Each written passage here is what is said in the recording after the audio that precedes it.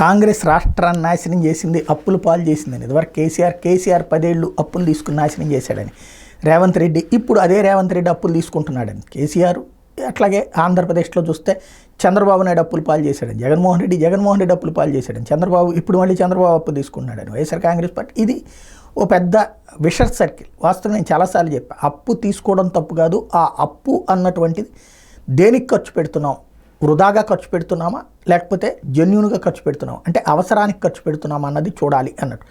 సరే, జగన్ సంక్షేమానికి ఖర్చు పెట్టడం అప్పు తీసుకుని తప్పు అన్నటువంటి తెలుగుదేశం వాదన లేదు. అది మేము తీసుకుంటున్నటువంటిది అభివృద్ధి కోసం అని వీళ్ళు చెప్తారు. సంక్షేమం ఇస్తే అదే అభివృద్ధి అన్నట్టు వీళ్ళు చెప్తారు. అదొక చర్చ నడుస్తుంది. అది పక్కన పెడితే ప్రస్తుతం మనకు కనబడేటటువంటి ఈ వచ్చేటప్పటికి ఈ చక్రం వచ్చేటప్పటికి ప్రపంచవ్యాప్తంగా ఉన్నటువంటి వివిధ దేశాలకు సంబంధించినటువంటి అప్పులు, అంటే జీడిపిలో ఉన్నటువంటి అప్పుల వాటా. Germany 3.01, Italy 3.23, India 3.15, United Kingdom Britain 3.57, Spain 1.75, France 3.45, America 34.2%, ఏకంగా కెనడా 2.32%, చైనా 15.13%, జపాన్ 11.12%.